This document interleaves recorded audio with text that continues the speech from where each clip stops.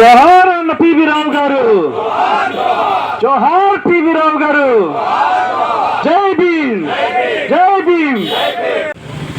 అందరికీ జై భీమ్. నా పేరు కొండ కుమార్, ఈరోజు పివి రావు గారి జయంతి సందర్భంగా రాష్ట్రంలో వివిధ ప్రాంతాల్లో పివి రావు జయంతిని చాలా ఘనంగా జరుపుకుంటున్నారు.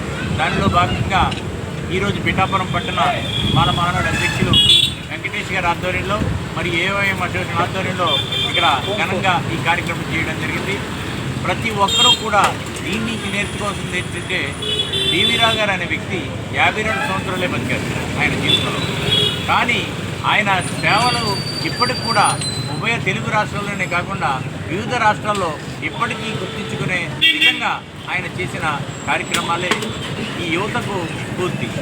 అందుకనే ప్రతి నాయకుడు ఎంతో కొంత నిస్వార్థంతో ఇక ముందైనా సరే ఈ దళితులపై జరుగుతున్న దాడులకు కానీ దళితులకు వ్యతిరేకంగా జరుగుతున్న కుట్రలను కానీ తిప్పిపట్టడానికి ప్రతి ఒక్కరూ కూడా కలిసి రావాలని మేము పివి రావు మాల మహానాడు తరఫున విజ్ఞప్తి చేస్తున్నాం. అలాగే వర్గీకరణ అనేది జరిగిపోయిన చరిత్ర అని అందరూ ఆశిస్తున్నారు, కానీ అది ఇంకా ప్రత్యేకంగానే ఉంది. అది ఎప్పటికైనా కూడా తిరగతోటి దళితులందరికీ కూడా ఎస్సీలందరికీ కూడా ఏక రిజర్వేషన్ కల్పించే విధంగా పివి రావు మాల మహానాడు కృషి చేస్తుందని, దీనిలో పివి రావు గారి స్ఫూర్తిని ఎక్కడ వెనకడికి వేసే ప్రసక్తి లేదని కూడా మేము ఈ సందర్భంగా విజ్ఞప్తి చేస్తున్నాం. అలాగే దళిత క్రైస్తవులు అనేవాళ్ళు మతం మారితే వారికి ఉన్న రాజ్యాంగపరంగా ఇచ్చిన హక్కులన్నీ కూడా పోతాయనేది ఈరోజు జరుగుతున్న ప్రచారం.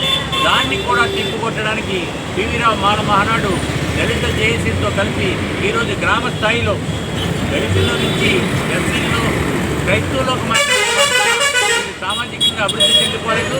దీనిపై జరుగుతున్న అత్యాచారాలు చెందుకోలేదు. కాబట్టి దళితులందరికీ కల్పించే హక్కులు క్రైస్తవ మతంలో మారిన వ్యక్తులు కూడా కల్పించాలి. రాజ్యాంగం వారికి ఇచ్చిన హక్కుగా మేము భావిస్తూ దీనిపై కూడా పోరాటం చేస్తున్నాం. దానికి కూడా అందరూ కూడా కలిసి రావాలని నేను విజ్ఞప్తి చేస్తున్నాను. జై భీమ్.